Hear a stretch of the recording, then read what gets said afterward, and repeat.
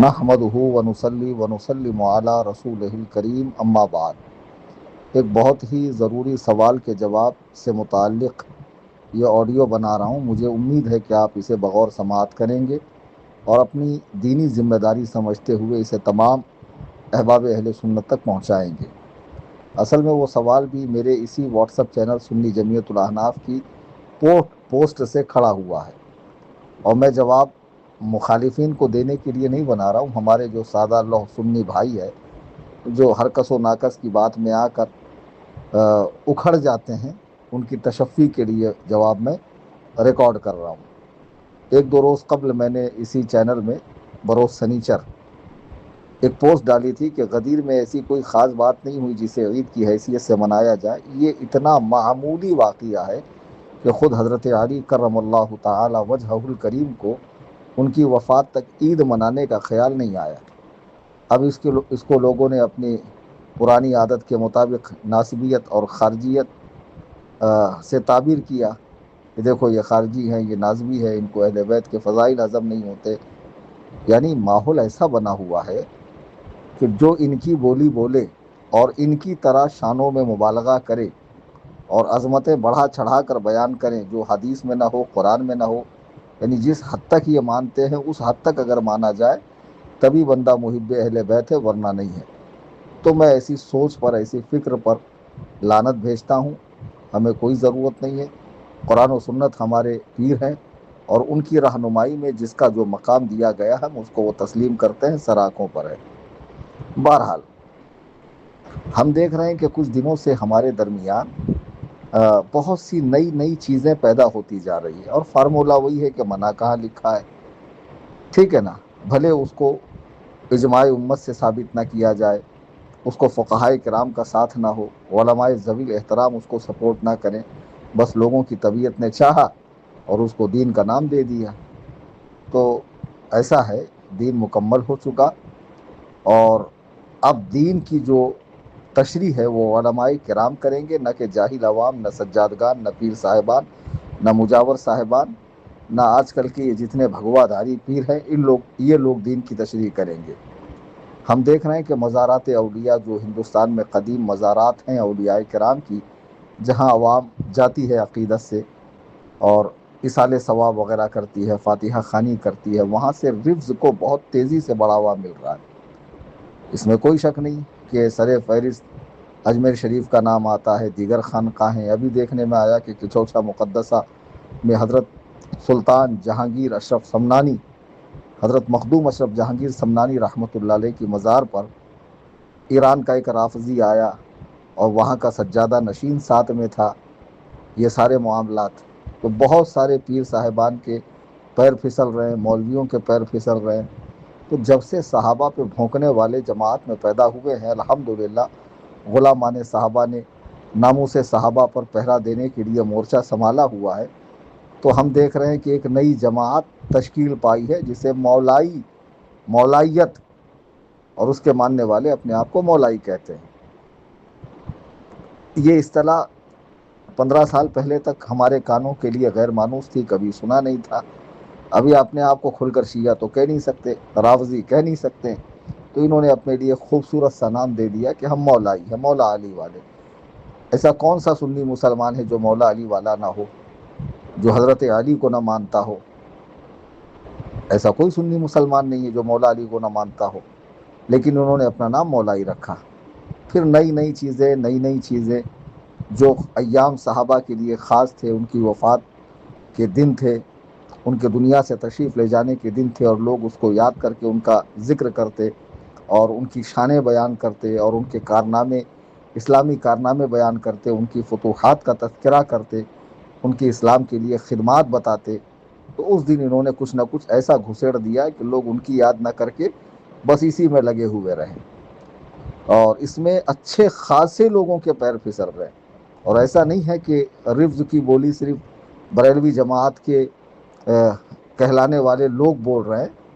جی ہاں، جو اپنے آپ کو بریلوی کہتے ہیں، حالانکہ ان کا بریلویت سے کوئی تعلق نہیں ہے۔ دیوبندیت میں بھی کچھ ایسے پائے جا رہے ہیں، غیر مقلدوں میں بھی ایسے پائے جا رہے ہیں، جیسے مرزا انجینئر ہے دیوبندیوں کے اندر، وہ سید سلمان بیٹھا ہوا لکھنؤ کے اندر ندوۃ العلماء، اور وہ طارق ذلیل وغیرہ، ایسے بہت سارے لوگ ہیں. خیر وہ میرا موضوع نہیں ہے. عید غدیر کے حوالے سے مجھے بات کرنی ہے. دیکھیے، صحابہ کرام کے ایام کو مٹا کر اس کی جگہ نئی چیزیں لانے کا ایک رواج چل پڑا ہے، اور محبت اہل بیت میں ایسا غلو کیا جا رہا ہے کہ فرائض، واجبات اور مستحبات اور دین کی پابندی اور شرع شریف کی پابندی اور قرآن و سنت کا اتباع سب بالائے طاق رکھ کر سب کے سب صرف زبانی طور پر دعویٰ کر کے اور دین کا ایسا کھیل تماشا بنا رہے ہیں کہ اللہ کی پناہ. اب جیسے مولائیت کی اصطلاح ہمارے لیے غیر مانوس تھی، اب ہم دیکھ رہے ہیں کہ محرم میں نئی چیزیں گھسیڑی جا رہی ہے نا. اور بعض لوگ عزاداری کر رہے ہیں، فرش عزا بچھا رہے ہیں اور کیا کیا کر رہے ہیں. پھر عید غدیر آ گئی، اب اس کے منانے پر دلیلیں دی جا رہی ہیں. تو بتایا جا رہا ہے کہ بھائی صحابہ نے بھی عید غدیر منائی. اسلام کی 1450 سالہ تاریخ اور اس کا سنہری دور جو تھا، زمانے خیر القرون، جی ہاں یہ تو شر القرون ہے، ایسی کوئی عید کا تذکرہ آپ کو علماء متقدمین کی کتابوں میں اہل السنہ کے یہاں نہیں ملے گا. یہ میں پورے دعوے سے کہہ رہا ہوں، اور میرا دعویٰ میرا چیلنج ہے. اور بارہا میں نے اپنا لوکیشن ڈال رکھا ہے اور ٹائمنگ بھی بتا رکھا ہے کہ 8 سے 10 کے درمیان میں یہاں بیٹھتا ہوں.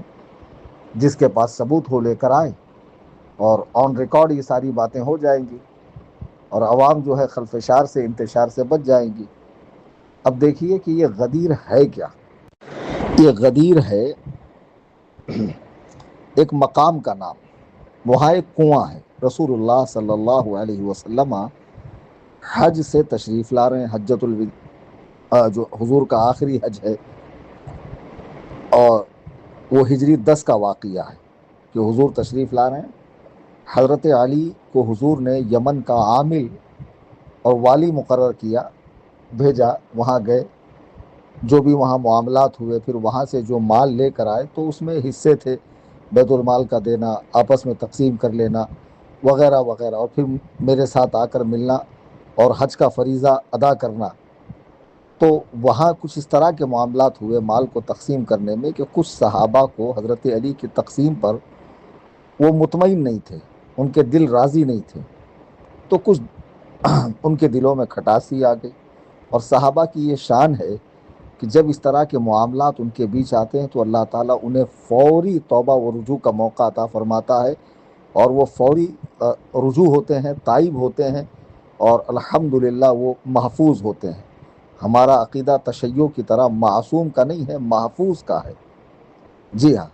تو حضرت علی کے تعلق سے جب صحابہ میں آپس میں باتیں چلنے لگی، اللہ کے رسول علیہ الصلاۃ والسلام کو پتہ چلا جو لوگ غدیر کی عید مناتے ہیں، دیکھو ہم حدیث غدیر کو تو مانتے ہیں لیکن عید غدیر کو نہیں مانتے اور نہ مانیں گے. وہ پوری حدیث غدیر پڑھ کر کیوں نہیں سناتے کہ رسول اللہ صلی اللہ علیہ وسلم میان صحابہ تشریف لائے اور پھر فرمایا کہ کس طرح علی نے میرے لیے دین کی خدمت کی اور کس طرح غلامانہ انداز میں میرے ساتھ رہے اور کیسے دین کے لیے انہوں نے مشقت کی، محنت کی، اور دین کے لیے کیا کیا انہوں نے جو ہے صعوبتیں جھیلی ہے. ساری باتیں بتانے کے بعد اللہ کے رسول صلی اللہ علیہ وسلم نے آپ کا ہاتھ اٹھا کر بتایا تاکہ مجمع دیکھ لے کہ من کنت مولا فہذا علی مولا، کہ میں جس کا مولا ہوں علی اس کا مولا ہے. پھر اس کے بعد حضور علیہ الصلاۃ والسلام نے صحابہ کے درمیان فرمایا کہ جو ان سے دوستی رکھے گا وہ مجھ سے دوستی رکھے گا، جو ان سے دشمنی رکھے گا وہ مجھ سے دشمنی رکھے گا. اللہم والی من والہ وعادی من عادا، یہ پوری حدیث پڑھ کر سنائیے. تو پھر اس کے بعد صحابہ کرام کے دلوں میں حضرت علی کی محبت اور زیادہ بڑھ گئی. جب رسول اللہ صلی اللہ علیہ وسلم نے یہ فرمایا تو اس پورے واقعے کو دیکھنے کے بعد یہی سمجھ میں آتا کہ یہاں جو حضور نے مولا کا لفظ فرمایا ہے، عربی اتنی وسیع زبان ہے کہ اس میں ایک ایک چیز کے لیے کئی سو الفاظ ہیں. جی ہاں، اتنی وسیع زبان ہے عربی.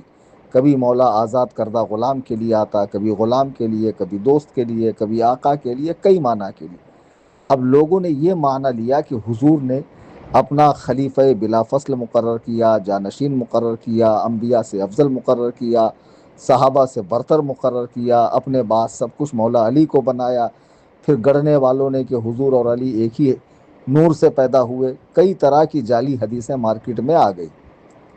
یہاں یہ سمجھنا چاہیے کہ واقعہ کیا ہے کہ صحابہ کرام حضرت علی کی تقسیم سے راضی نہیں تھے، مال کی تقسیم سے۔ تو اس موقع پر حضور نے فرمایا کہ تم مجھے نبی مانتے ہو، اللہ کا آخری نبی مانتے ہو، رسول مانتے ہو، قرآن کو اللہ کی کتاب مانتے ہو، اسلام کو اللہ کا دین مانتے ہو، اللہ کی وحدانیت پر، ربوبیت پر یقین رکھتے ہو، تو جب تم مجھ سے دوستی رکھتے ہو، اور حقیقت میں حضور ہی کی دوستی دنیا و آخرت کی کامیابی کی ضمانت ہے، تو پھر تم علی سے بھی دوستی رکھو، علی کو بھی چاہو، علی سے بھی محبت کرو، بس اتنی بات ہے۔ یہاں اس کا یہ معنی لینا کہ حضرت علی رضی اللہ تعالیٰ عنہ کو خلیفہ بلا فصل مقرر کیا، یہ 1400 سالہ تاریخ اسلام کے اندر کسی محدث، کسی مفسر، کسی شارع، کسی علامہ کے سمجھ میں نہیں آیا، اور اب جا کر نشیڑیوں، گنجیڑیوں، چرسیوں اور ڈھونگی پیروں کو سمجھ میں یہ معنی آ رہا ہے، تو یہ کتنی بڑی زیادتی ہے۔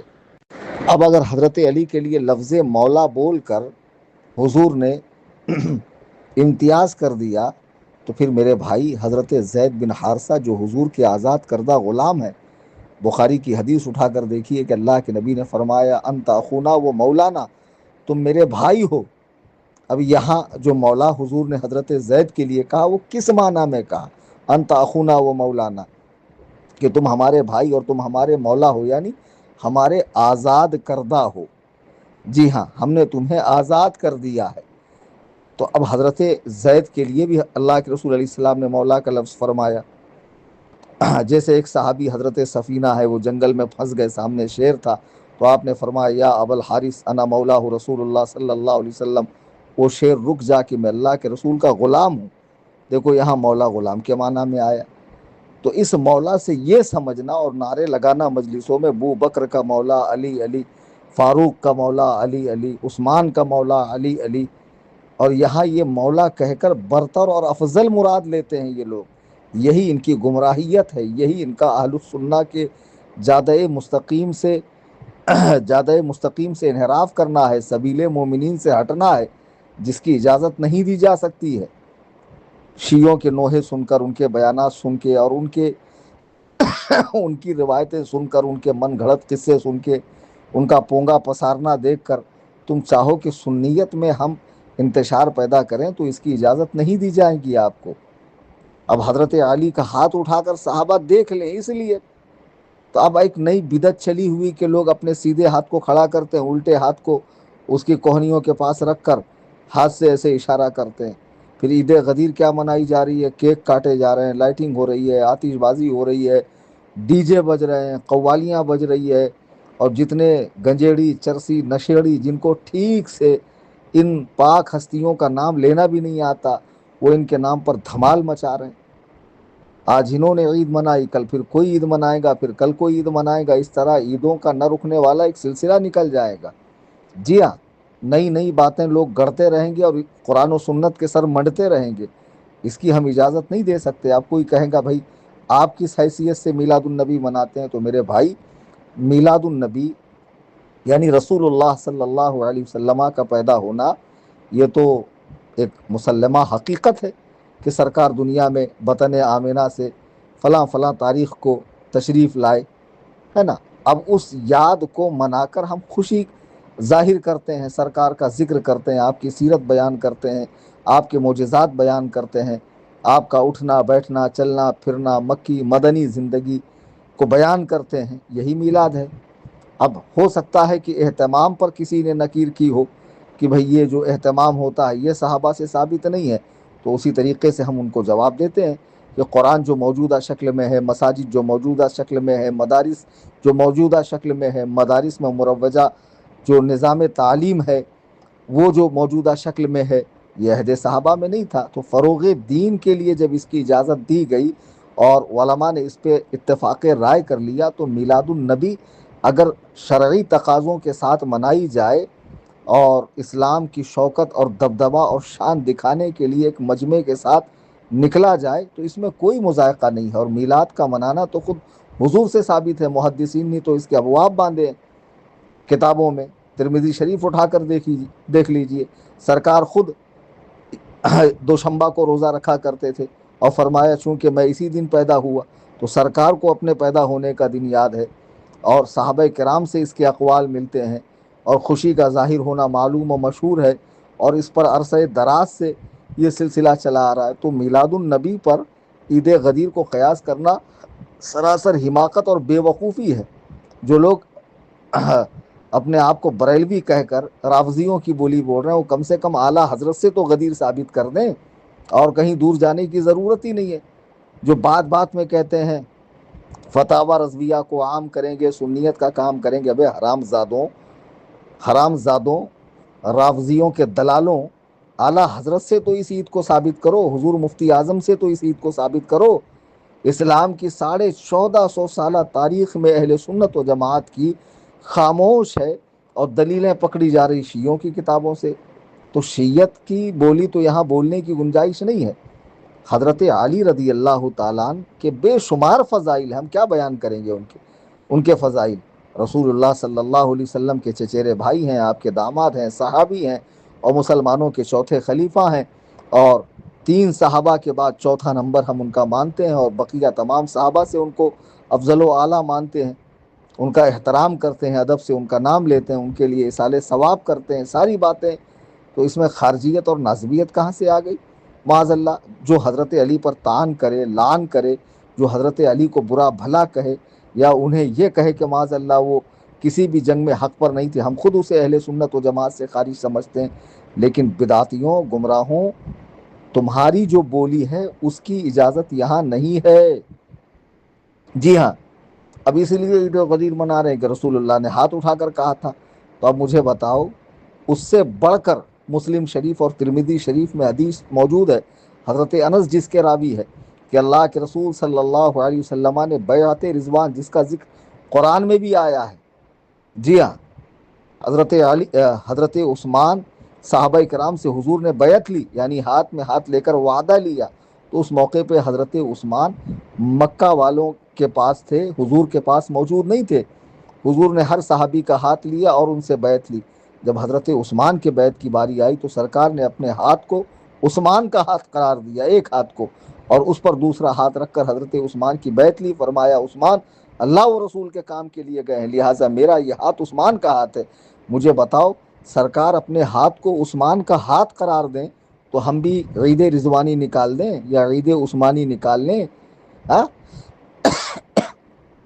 اور اس واقعے کو جو میں نے غیر معمولی کہا، بالکل صحیح کہا۔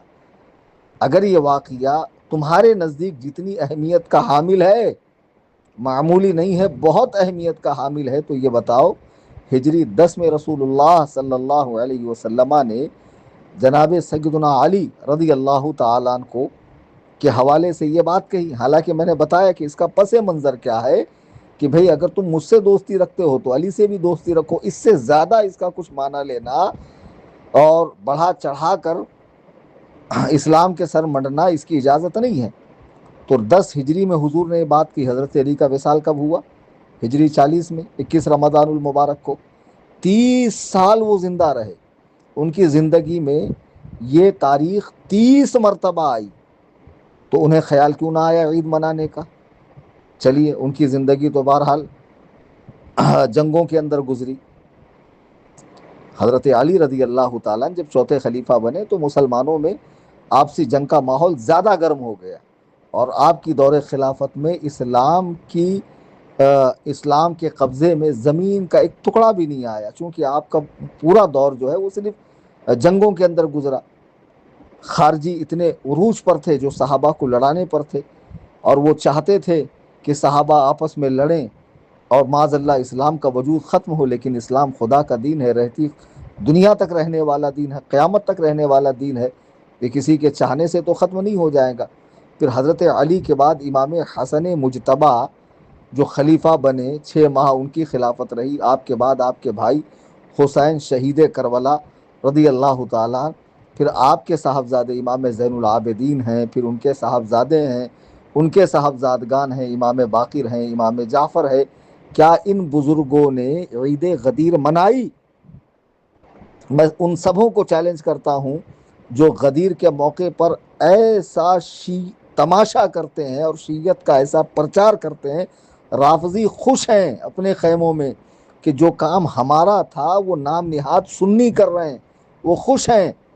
جتنے غدیر منانے والے ہیں میں ان سب کو چیلنج کرتا ہوں کہ تم حدیث غدیر پڑھ کر عید غدیر کا جواز مت نکالو۔ عید غدیر حضرت علی رضی اللہ تعالیٰ نے واقعہ غدیر کے بعد 30 سال وہ حیات رہے، انہوں نے عید منائی۔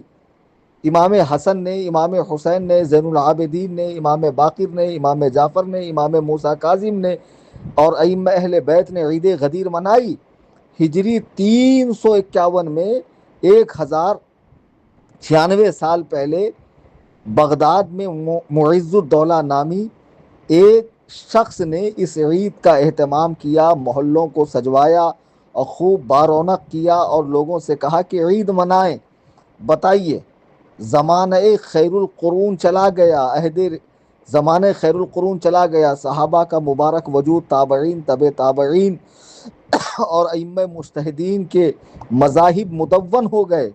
اس کے بہت بعد یہ بدعت شروع ہو گئی اور اس کو عید کا نام دیا جا رہا ہے، اور اس بدعت کے اندر وہ تماشے ہو رہے ہیں اللہ کی پناہ کہ وہ دو منہ کی تلوار سے کیک کاٹے جا رہے ہیں، غبارے پھوڑے جا رہے ہیں، آتش بازی ہو رہی ہے، ڈی جے بج رہا ہے، قوالی بج رہی ہے، ہاں، اور خوب ناچ گانا، مبارکبادیاں، عید حیدری، عید غدیر، عید مولائی، فلاں عید، ڈھمکا عید، یہ عید وہ عید۔ اس عید کی کوئی گنجائش نہیں ہے۔ 18 ذی الحجہ کو حضرت سیدنا امیر المؤمنین خلیفۃ المسلمین خلیفہ سویم حضرت سیدنا عثمان غنی رضی اللہ تعالیٰ جامع القرآن، قرآن کے جمع کرنے والے، 12 روز آپ پر پانی بند کیا گیا، کوئی معمولی بات نہیں ہے۔ 12 روز پانی بند کیا گیا، 82 سال کی عمر میں بے دردی کے ساتھ جب آپ تلاوت قرآن کر رہے تھے تب آپ کو شہید کر دیا گیا ہے۔ مسلمان مولا عثمان رضی اللہ تعالیٰ کے دن کو یاد رکھتے، ان کا تذکرہ کرتے، ان کی سخاوت کا حال بتاتے، اسلام کے لیے ان کی فیاضی، ان کی دریا دلی اور اسلام کے لیے ان کی جان و مال کی قربانی کا تذکرہ کرتے، رسول اللہ سے ان کی معیت اور رسول اللہ علیہ السلام کی 2 صاحبزادیوں کا آپ کے نکاح میں آنا اور حضور کا یہ فرمانا کہ میری 40 بیٹیاں ہوتی تو میں 40 کے 40 عثمان کے نکاح میں دے دیتا۔ اتنے فضائل و مناقب کے جامع ان کا دن یاد نہیں آتا ان کو، یہ انہی کی شہادت کا دن ہے۔ اسی دن گڑ دیا عید غدیر تاکہ لوگوں کے دل حضرت عثمان سے پھر جائیں، اور جتنے دوغلے اپنے آپ کو سنی کہتے ہیں، حرام خور، یہ سنابل جیسے اس کا باپ، اس کے بھائی، اس کی بولی بولنے والے ان حرام زادوں نے کبھی عید غدیر منائی؟ یہ سنابل اور اس کے چیلے چاپڑ جن کو آج عید غدیر کی یاد آ رہی ہے، میں پوچھتا ہوں بہت زیادہ دور نہیں، 2015 سے پہلے سنابل کا عید غدیر منانا مجھے دکھا دو۔ چلیے 10-11 سال کی بات میں کر رہا ہوں۔